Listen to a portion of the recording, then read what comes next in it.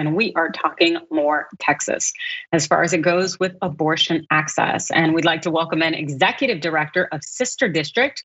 That's a woman-led organization, grassroots, and it builds democratic power in state legislature. Welcome in, Lala Wu. Thanks so much for having me.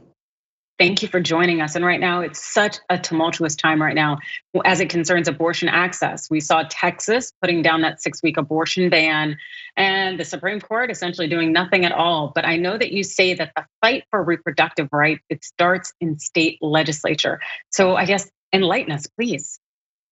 Absolutely. We are seeing this is the latest ban out of Texas, and it is the most extreme ban to go into effect in the entire country.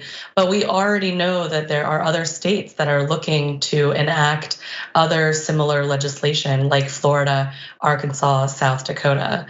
And what we know is that the policy that really impacts people's lives, like this abortion ban, so often come from state legislatures.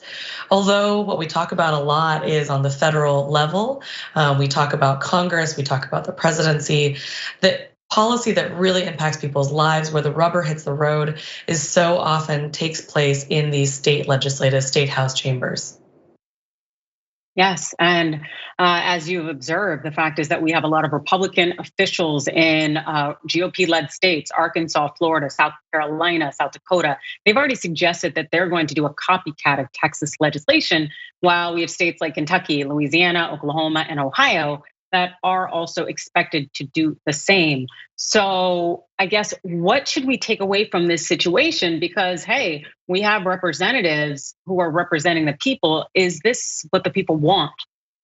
No, it absolutely is not. And I think that your question brings me to a really important historical contextual point, which is, how did we get here? These are the kinds of laws that people don't necessarily want. The majority of voters don't want, but what we are seeing is that because of Republican gerrymandering that occurred primarily in 2010 as part of a scheme called Red Map, the Republicans were able to essentially moneyball state legislatures, which are the entities that that are responsible in most states for redistricting, and they were able to gerrymander themselves into power. And essentially what all of that means is that for the past 10 years, Republicans have been in many states sitting in extremely safe seats where they have not needed to be accountable to their voters. So we've got states like North Carolina, Wisconsin, Ohio, other states that you mentioned, where the voting populace might be about 50-50 Democrats and Republicans. But then when you look at what the congressional delegation looks like, when you look at what the state house delegations look like, what you actually end up seeing is maybe something like 60% Republicans, 40% Democrats. And because these Republicans are in these safe seats, they're not passing the kinds of laws that we want to see.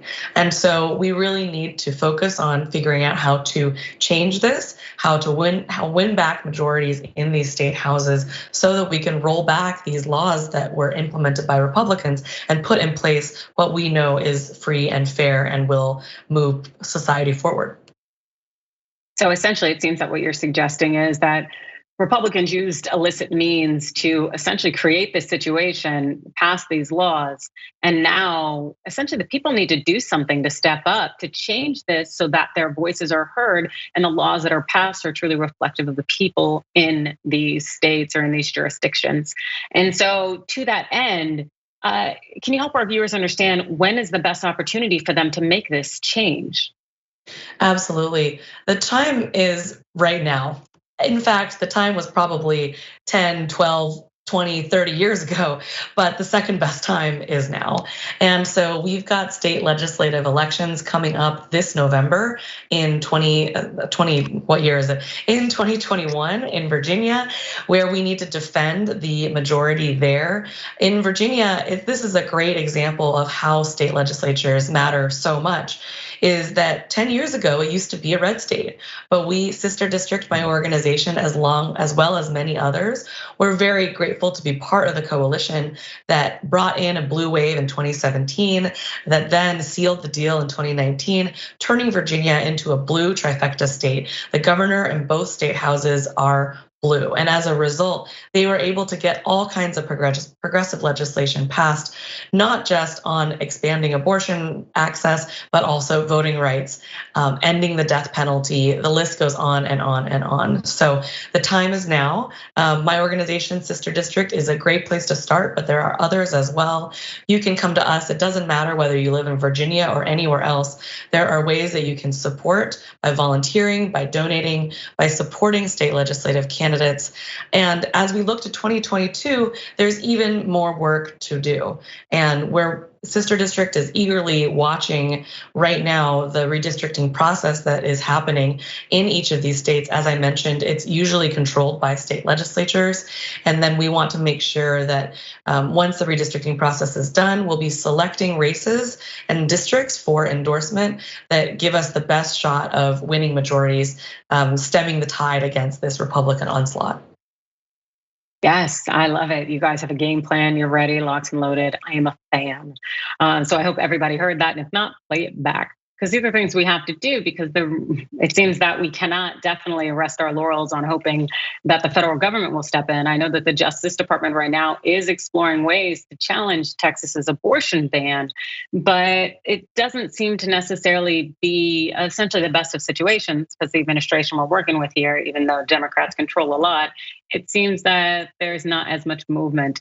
What is your kind of, I guess, your feed, so to speak, on essentially the federal government and whether it can step in and what it can do to ensure that abortion access is maintained? Yeah, the federal government could and has the power to step in, has the power to codify Roe v. Wade and make it the law of the land across the country.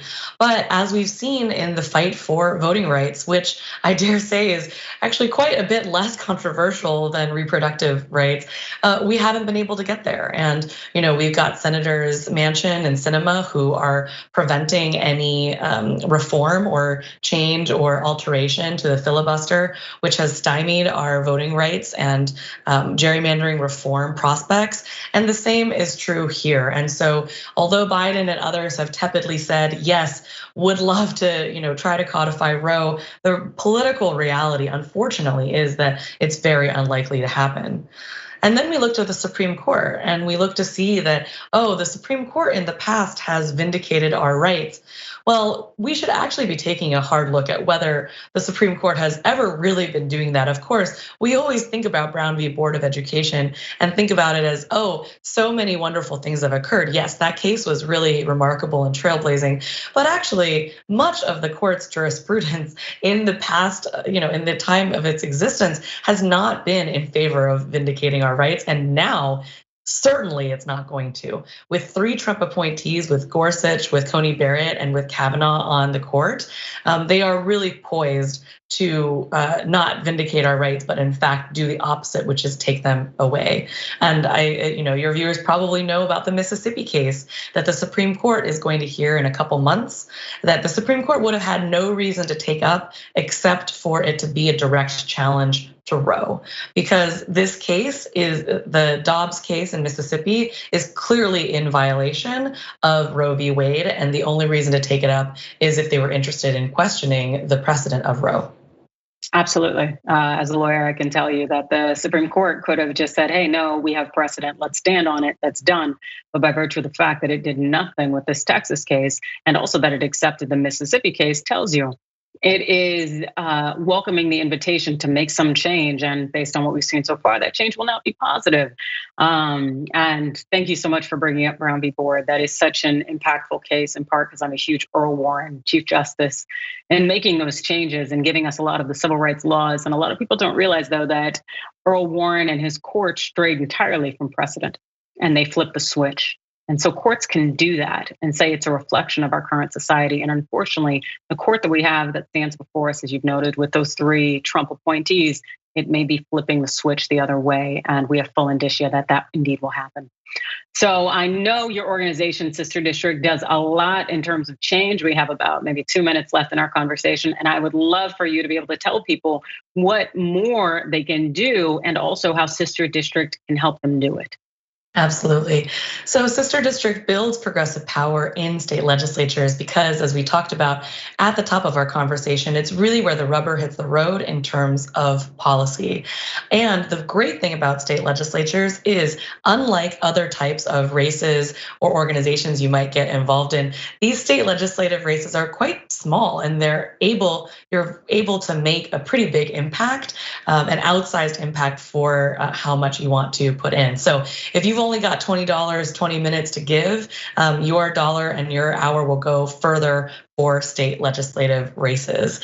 And what we do, our cornerstone field and fundraising program, is about 50,000 members all across the country, organized into local teams. And then we so-called, quote unquote, sister up our teams with 2 to 4 candidates per year for support. So for example, I live in San Francisco, and last year my teams were supporting 2 candidates in Arizona and 2 candidates in Texas. This year we're supporting 3 candidates in Virginia, where we've got some very important elections happening. And our volunteers are making phone calls, writing postcards, sending texts, raising money. All of this is incredibly important for helping these candidates win, and it makes a gigantic difference. This year, last year, we made an average of 34% of our candidates' phone calls. We raised an average of 10% of our candidates' donations. So we are always looking to make that kind of outsized impact. And so if you come check us out, you'll have a welcoming community as well as a way to make strategic change. Fantastic. Thank you so much. Lala Wu, Executive Director of Sister District.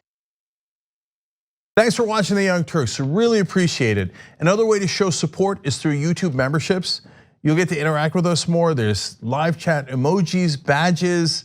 You've got emojis of me, Anna, John, JR. So those are super fun. But you also get playback of our exclusive member-only shows and specials right after they air. So all of that, all you gotta do is click that join button right underneath the video. Thank you.